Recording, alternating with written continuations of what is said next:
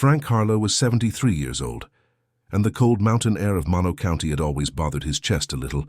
Nothing serious, just the lingering reminder of a life spent smoking long before he quit.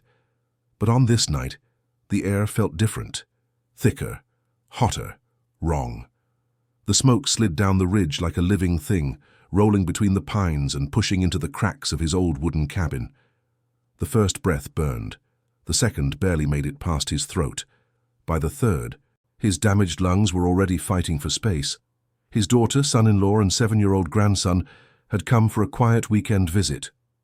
They were finishing dinner when the wind suddenly shifted, carrying an orange glow that didn't belong on any horizon.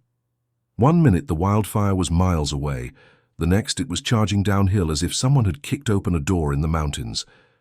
The evacuation alert arrived far too late. By the time their phones buzzed, the smoke was already inside the house. His grandson started coughing.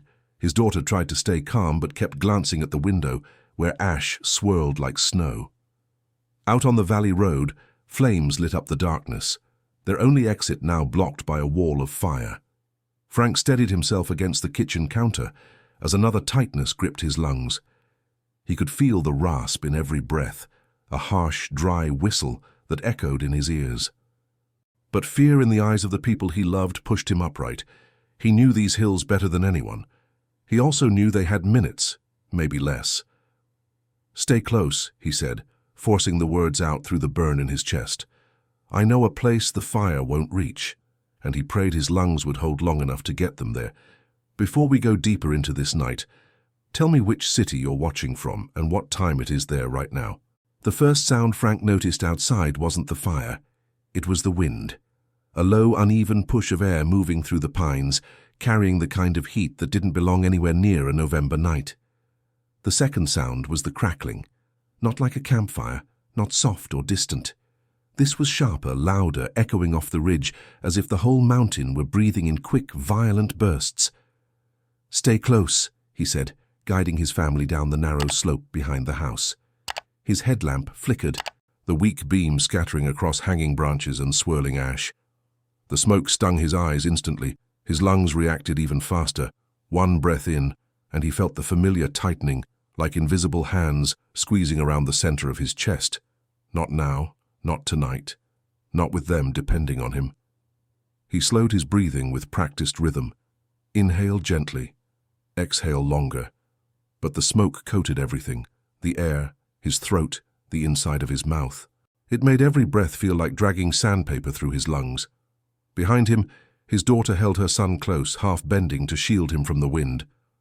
Her voice shook when she spoke. "Dad, how far is it?" "Farther than I'd like," he admitted, "but close enough if we keep moving." The old maintenance path wasn't much of a path anymore. Brush had grown wild across it, and fallen branches had turned some stretches into obstacles. But Frank's feet found the old rhythm from decades ago, stepping over roots he couldn't see but still remembered.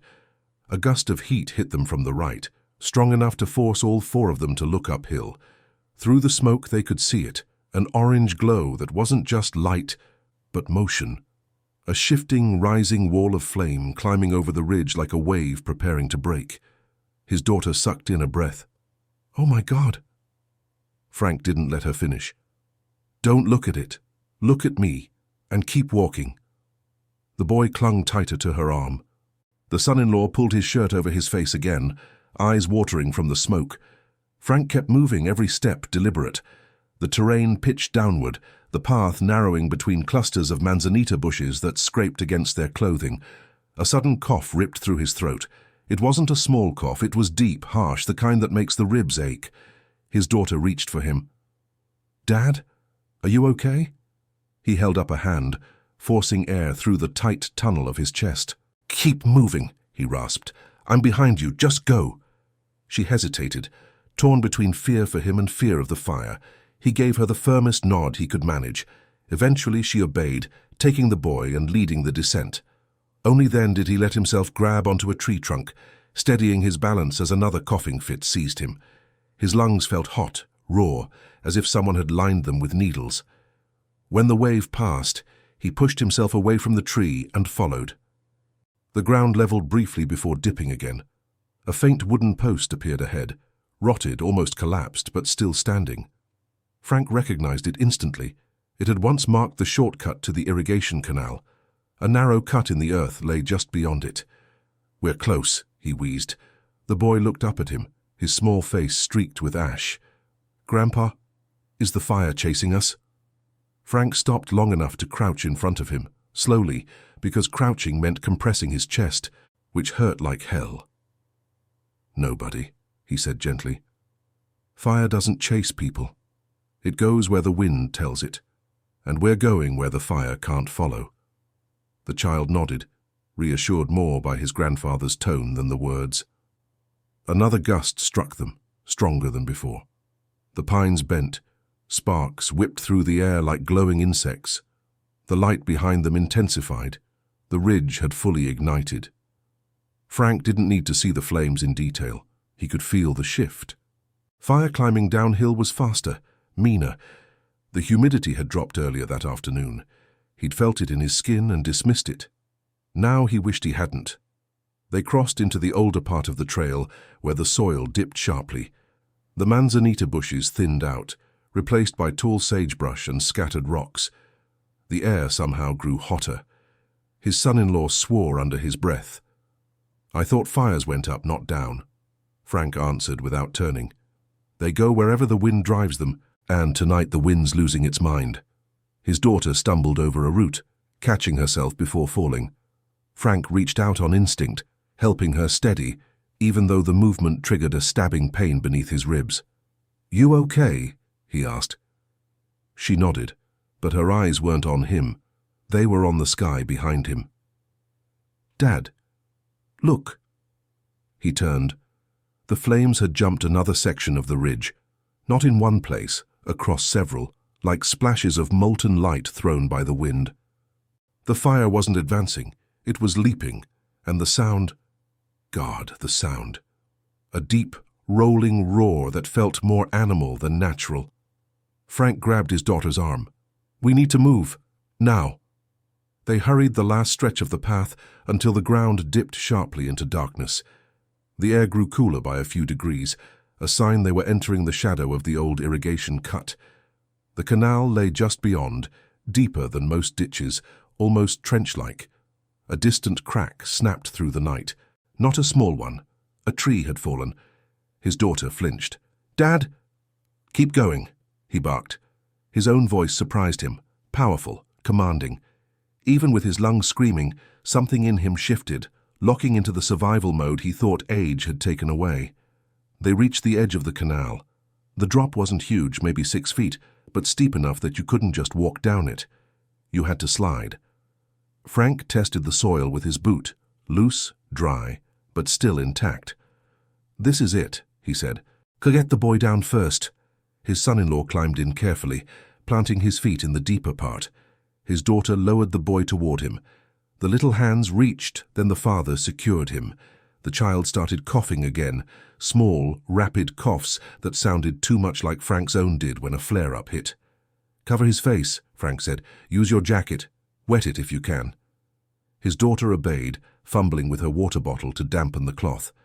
Frank helped her descend next. She slid awkwardly, her shoes slipping on the dirt, but she made it to the bottom where her husband steadied her. Frank was last. The moment he crouched to enter the canal, his lungs tightened so sharply that he almost dropped to his knees. A sudden spasm seized his chest, violent, painful, making his vision pulse at the edges. He braced one hand against the ground, gripping the root of a sagebrush to keep from falling backward. His daughter looked up at him. "Dad, come on. You can do it!" He forced air through clenched teeth. Every inhale was thin. Every exhale felt like trying to squeeze breath out of a fist. Not here, not in front of them, not now. He took one last breath, shallow, burning, and let himself slide down the slope, landing hard but upright in the bottom of the canal. Above them the fire roared as it crested the ridge, and the night, which had been dark moments ago, exploded into orange. The bottom of the canal felt cramped and uneven beneath their feet, the soil cold but shifting with each movement. Frank steadied himself against the curved earthen wall while he caught his breath. The burning above them cast flickering light onto the trench, creating a strange mix of shadows, long bending shapes that made the narrow space seem tighter than it already was. His daughter looked at him through the dimness, fear tightening her features. "Dad, how bad is it?"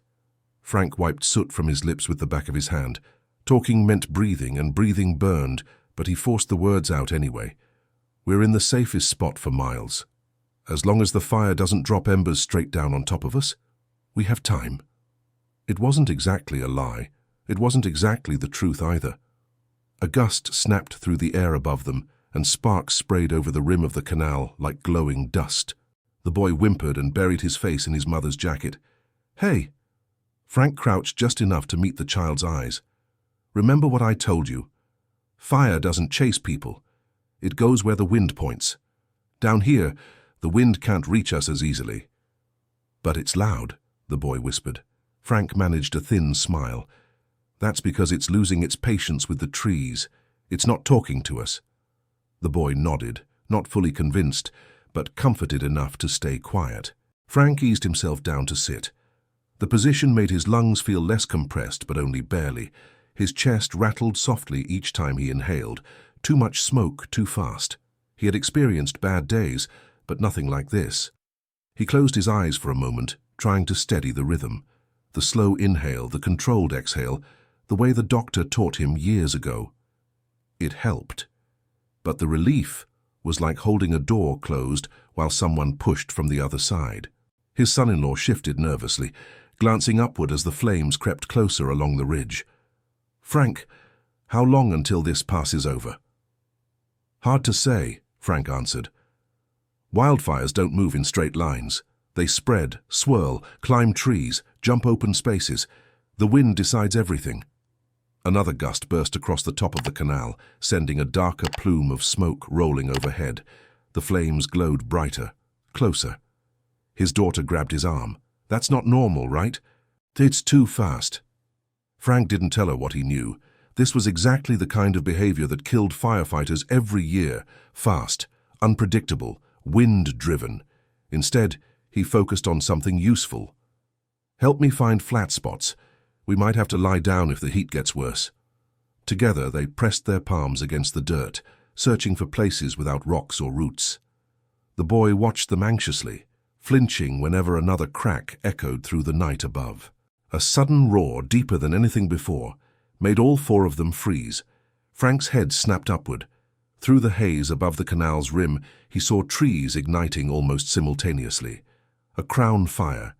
The fire had reached the canopy, feeding on the driest parts of the pines. His daughter gasped. "Oh God, Dad." Frank grabbed her hand. "Look at me. Don't look up. The heat comes from fear more than flame. Keep your eyes here." But as he said it, an ember the size of a coin dropped into the canal, landing inches from his boot. It hissed softly against the dirt. The boy started crying. "That was close, Grandpa. That was close." Frank shoved the ember aside with his shoe, burying it under loose soil. "It's okay. It's okay. Embers fall, that's normal. We just stay aware." But inside, his pulse was pounding hard enough to make his chest hurt even more. He adjusted his breathing again, but a wave of coughing forced its way out, harsh and loud. His daughter knelt beside him in a panic. "Dad, your inhaler, where is it?" He shook his head, still coughing. "Left, in the truck." The words scraped out one by one. Her face crumpled. "I should have grabbed it. I should have—" "Stop." Frank squeezed her wrist. "We made it here. That's what matters." The fit gradually passed, leaving him drained. His son-in-law looked terrified. "What happens if this gets worse? He can't breathe like this, not for hours." Frank forced a steadier breath, though it felt like dragging poison in and out. "Just need cleaner air. Once the front passes, the things get easier." Another lie mixed with truth. The leading wave of smoke and heat was always the worst. If they survived that, they stood a chance. A sudden boom echoed across the valley, a tree exploding from heat. The boy nearly screamed. His parents clutched him tightly, shielding his ears. Frank looked upward again. The flames were now spilling over the crest, rolling downward like molten waves. The fire was moving fast, too fast. The wind shrieked, bending the treetops and sending a shower of sparks cascading into the darkness. Some drifted dangerously close to the canal. His daughter's voice was trembling. "Dad, is it going to jump over us?" Frank swallowed. His throat felt raw. Fire can't burn straight down into deep cuts easily. The heat escapes upward. The walls protect us. It sounded convincing enough. He hoped it was true. Minutes passed, hours maybe. Time warped in that suffocating trench. Every so often, a glowing ember drifted down, forcing someone to stomp it or bury it. They huddled lower each time, pulling jackets over their heads. The boy eventually stopped asking questions. He just clung to his mother's arm, shaking. Frank felt himself sliding toward a dangerous edge. His breathing grew uneven. The smoke was heavier now, sinking into the canal in waves. He coughed again, aggressively, until tears formed at the corners of his eyes from the force of it. His daughter touched his back gently. "Dad, I'm scared." "I know," Frank whispered. His voice was barely audible. "But I'm here, and we're not moving." His son-in-law leaned close.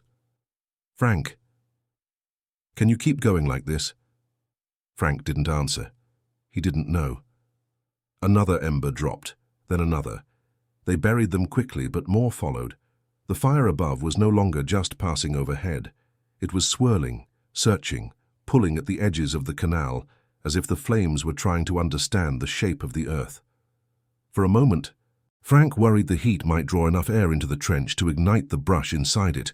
He pressed his hand against the dirt wall. Still cool, still safe, for now. The boy whimpered. "Grandpa, is the fire mad at us?" Frank pulled him close, holding him through the tightness in his chest. "No, kiddo, fire doesn't get mad." He looked toward the ridge, voice cracking. "It just forgets how to stop." Above them, the flames roared louder, so loud the ground trembled. Frank closed his eyes, steadying his breath one last time. The worst part was coming, and he needed to survive it. The roar above them grew so loud it felt like the earth itself was vibrating. Heat poured over the canal in waves, thick, suffocating, rippling like the breath of something furious crawling over the ridge. Frank pressed his back against the dirt wall, closing his eyes as another blast of air rolled overhead. His lungs, already raw, clenched tight with each inhale. His daughter whispered, "Dad, is this the worst of it?" He nodded once slowly. "When a fire crowns, everything peaks: heat, wind, embers, noise. And after that? Then it either passes or it changes direction." Her eyes widened. "Changes direction? Toward us?" Frank opened his eyes again, forcing himself to stay focused. "If it does, we move. But not until I say. A wrong move in a firestorm is the last move you make." A groan trembled through the air, wood splitting somewhere above. A tree fell close enough for the sound to echo through the canal like a thunderclap. Ash rained down in small flurries. The boy buried his face in his mother's jacket. The son-in-law's face had gone pale beneath the layer of soot. Frank lifted his head. The smoke inside the canal was growing thicker, not drifting as before, but settling, sinking. The heat above was pushing it downward. He needed to think. His mind felt foggy. His lungs were working like rusted machinery, slow, grinding, uncooperative. Every inhale came with a whistle, every exhale with a tremor. His daughter leaned closer. "Dad, you're breathing." "I know," he whispered. "Is it getting worse?" "Yes," he admitted, voice faint. "But I'm still here." He tried to sit taller, but the motion triggered a coughing fit so violent it pulled tears to his eyes. His body curled forward, ribs stabbing with every spasm. His daughter held him by the shoulders, steadying him. "Dad, stop please and tell me what to do." Frank fought to breathe through the burning in his chest.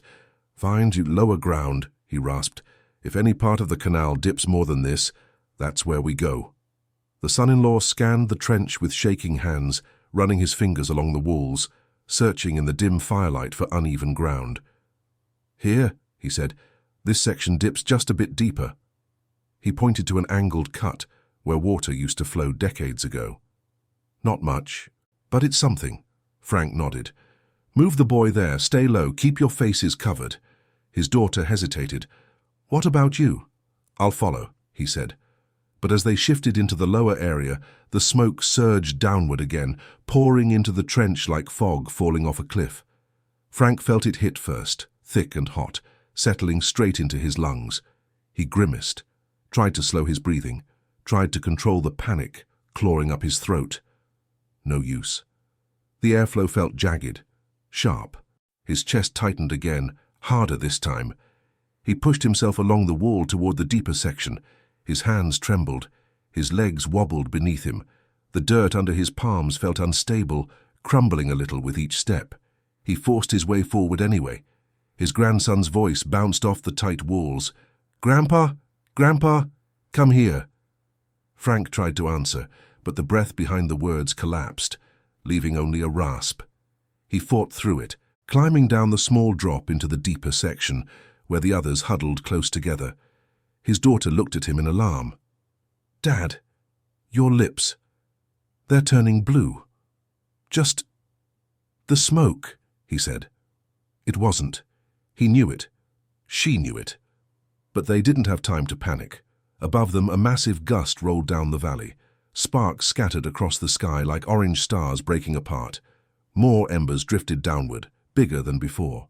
One landed dangerously close to the boy's shoe, glowing hot. Frank reacted instantly, faster than he thought he could. He stomped the ember with the heel of his boot, then pushed dirt over it until it vanished. His chest screamed from the movement. He gripped the wall for balance.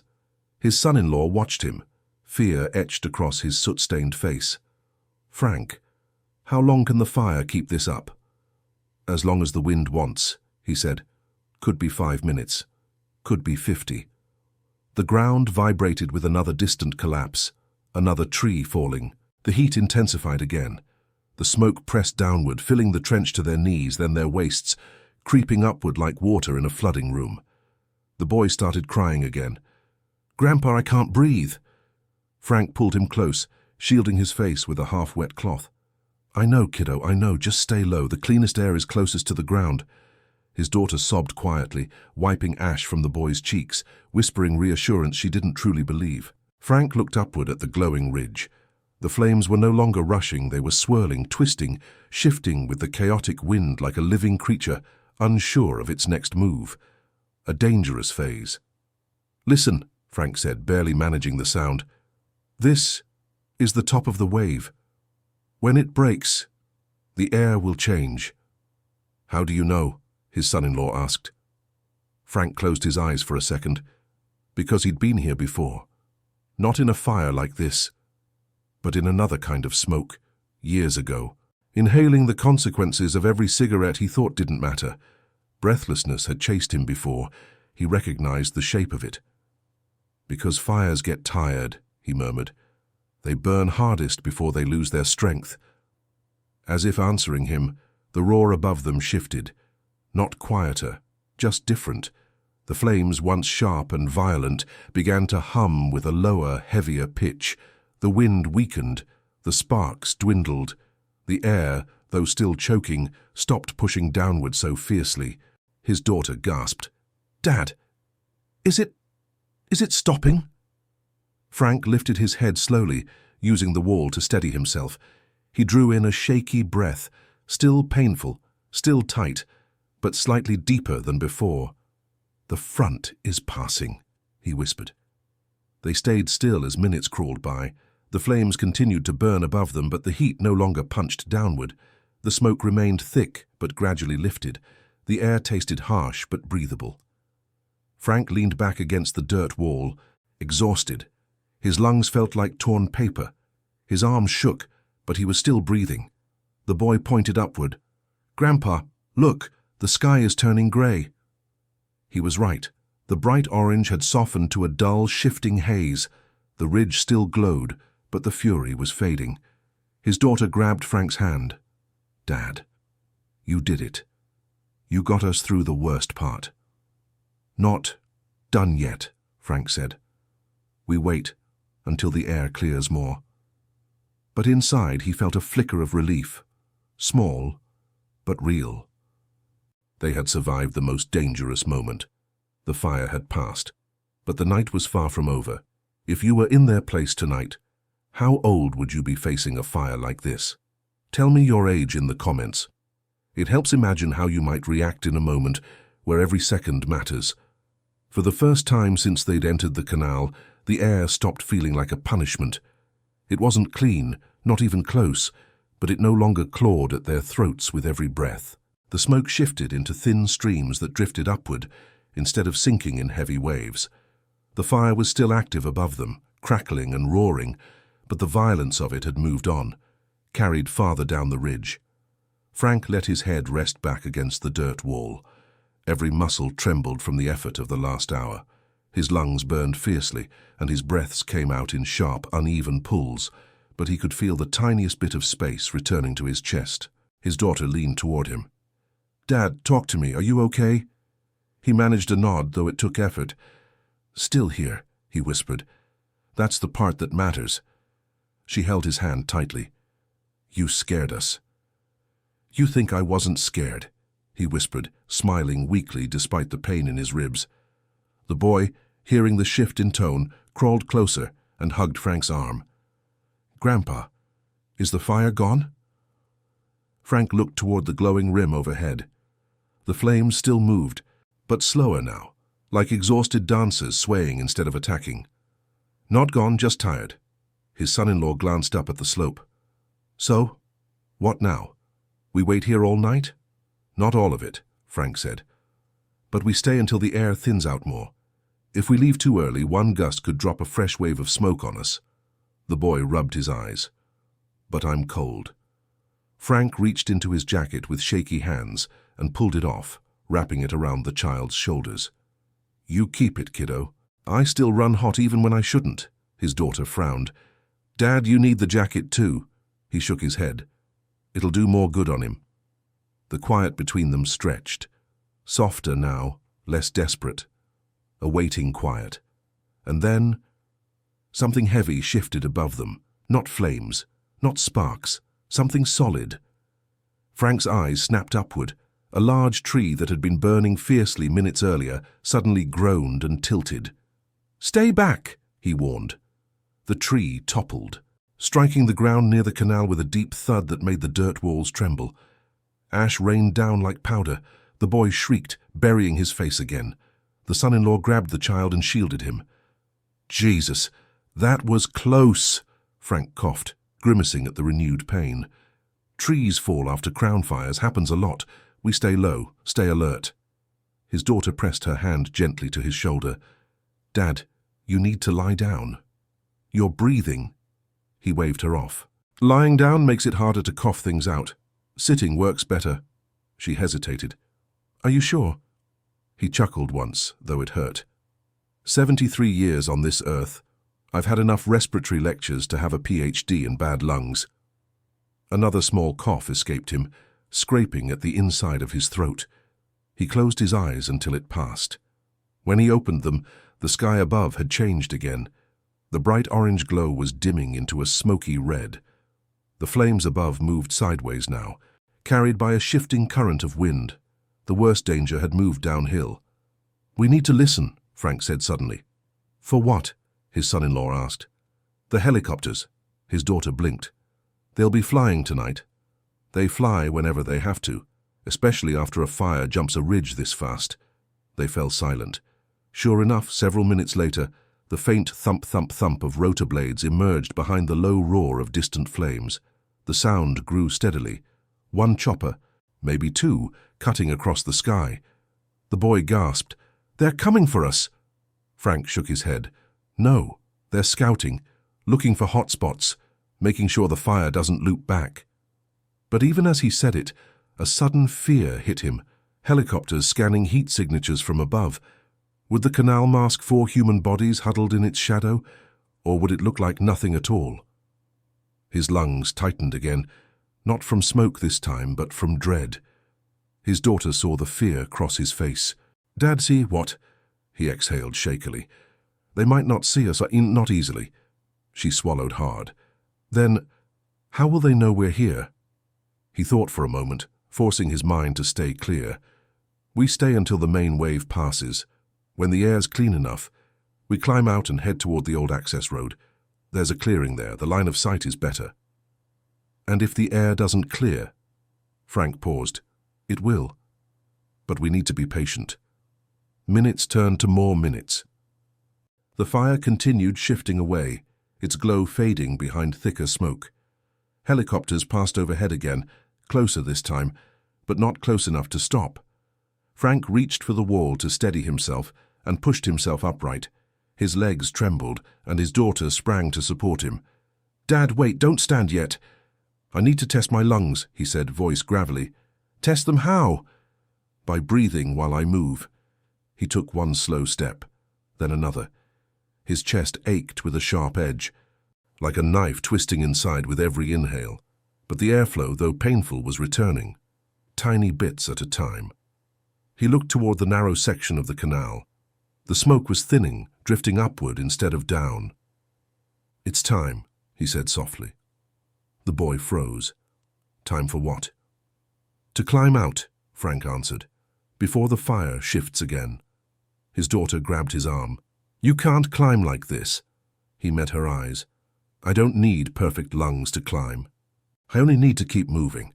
His son-in-law positioned himself at the slope. "I'll go first, then I'll reach for you." Frank nodded. "Good. Help the boy and your wife up first." The climb was awkward. The soil was loose, sliding under their shoes with each push. The boy went first, lifted gently by both parents. His daughter followed, struggling but determined. Frank watched her silhouette pull over the rim and disappear into the smoky haze. Then it was his turn. He took a breath, shallow, burning, then dug his boots into the slope. The soil shifted under him. His foot slipped once, twice. His chest tightened again. The world spun for a split second, but his son-in-law extended a hand from above. "I've got you!" Frank pushed with everything he had left, grabbing the offered hand. Pain shot through his ribs. His vision blurred.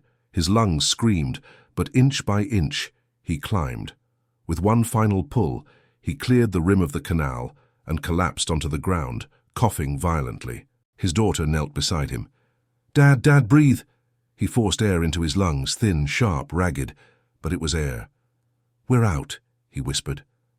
"We're out." The boy hugged him tight.